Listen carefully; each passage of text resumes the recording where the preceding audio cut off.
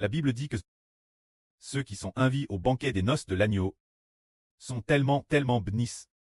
Le Seigneur Jésus-Christ a aussi dit, cette parabole, le royaume des cieux, est semblable à un roi qui fit des noces pour son fils. Il envoya ses serviteurs, envoya ses propres serviteurs, pour appeler les invités aux noces. Mais beaucoup dirent, je ne veux pas venir, je ne veux pas venir, je viens de me marier, je ne viens pas, je viens d'acheter des buffles, je ne viens pas, je viens de bâtir une maison, je ne viens pas. Ils dirent tous, je ne viens pas, je ne viens pas, je ne viens pas, je ne viens pas. Finalement, ces personnes, toutes causes de parce qu'elles ne voulaient pas venir, ont toutes perdu la bénédiction de participer au banquet de noces. Mais ceux qui ont pu finalement venir, les plutes, les boiteux, les estropices, les pauvres, les faibles, ce sont eux au contraire qui l'ont obtenu. Alors, que signifie participer au banquet des noces de l'agneau? C'est inviter les gens, régner avec l'agneau, gouverner ensemble le royaume des cieux, gouverner ensemble la terre depuis le royaume des cieux, gouverner l'univers entier, pour toujours et jamais, comme roi et prêtre, vivre pour toujours et jamais. Ce qui signifie recevoir la bénédiction éternelle. C'est cela, le banquet des noces de l'agneau. Et maintenant, les frères et sœurs sont tous invités, sont tous venus. Le frère Ashbert a reçu le nom de l'agneau. Le frère Ashbert est tout comme le Seigneur Jésus-Christ l'agneau.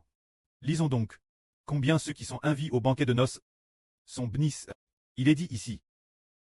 L'ange me dit,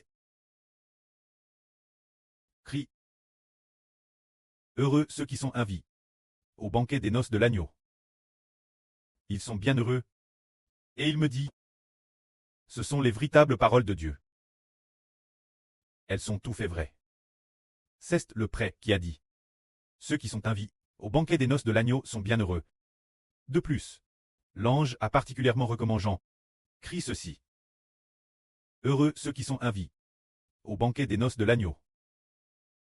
Ils sont bien heureux. Ce sont les véritables paroles de Dieu. Elles sont tout fait vraies. Les frères et sœurs sont invités au banquet des noces de l'agneau. N'est-ce pas une bénédiction? C'est une grande bénédiction. Actuellement, nous ne sommes pas encore ressuscités dans le royaume des cieux. Mais nous avons DJ tous été invités. Ressuscités dans le royaume des cieux, l'avenir est certain. Pour régner ensemble pour toujours, et recevoir l'amour fidèle du prêtre. Maintenant que nous sommes encore dans le monde, nous sommes DJ tellement bénis. Nous sentons que nous sommes si bénis, si joyeux, alors l'avenir, la bénédiction et la joie dans le royaume des cieux seront certainement inimaginables. Ainsi le prêtre nous a DJ fait savoir avec certitude que nous sommes invités. Ceux qui participent au banquet des noces de l'agneau sont bénis. Alors, le prêtre a accordé cette bénédiction, alors que nous vivons dans ce corps imparfait.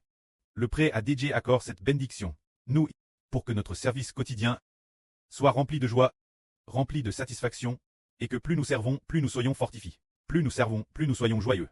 Bien que nous puissions sembler fatigués, le frère Heber exhorte tout de madame les frères et sœurs, au milieu de leurs occupations. Participer l'adoration par la louange. Participer l'adoration de l'autel. Participer eusement, assurer un tour de garde, ou 2 ou 3 tours, pour louer avec les frères et sœurs correspondants. Quand ils chantent, nous coupons notre micro pour chanter avec eux. C'est merveilleux. Après avoir chanté, il y a l'intérieur, une certaine joie, et cette joie grandit de plus en plus. Au fur et à mesure que l'on chante, de plus en plus, après quelques mois, notre voix devient de plus en plus belle. De plus en plus belle. Ce moment-là, le chant est encore plus beau. Et la bénédiction que le prêtre nous donne est encore plus grande. Le Seigneur Jésus a dit, et l'apôtre Jean a crié ainsi, disant, heureux ceux qui sont invités au banquet des noces. Ils sont bénis, puisque c'est Dieu qui le dit. Sommes-nous vraiment bénis? Par exemple, nous disons, waouh, cette personne est tellement bénie, tellement bénie. La bénédiction dont on parle habituellement dans le monde, c'est peut-être que cette personne ira à l'université l'avenir, ou bien qu'elle obtiendra un poste terrestre prestigieux, ou aura un TRS bon travail, ce qu'on appelle très béni. Mais, aux yeux de Dieu, une personne bénie est celle que Dieu bénit pour que dans l'avenir, elle règne avec le Christ, le Seigneur, l'agneau. Qu'ils soient ensemble enfants de Dieu. Qu'ils reçoivent ensemble la vie de Dieu. Qu'ils soient édifiés ensemble par le prêtre et le Seigneur, pour devenir clestes, devenir des corps spirituels, nobles et glorieux. Ceux qui ont cette fonction sont bénis aux yeux du prêtre. Si le prêtre cleste dit de nous, cette personne est bénie, alors nous sommes vraiment bénis. Que la gloire soit au prêtre et au Seigneur. Amen.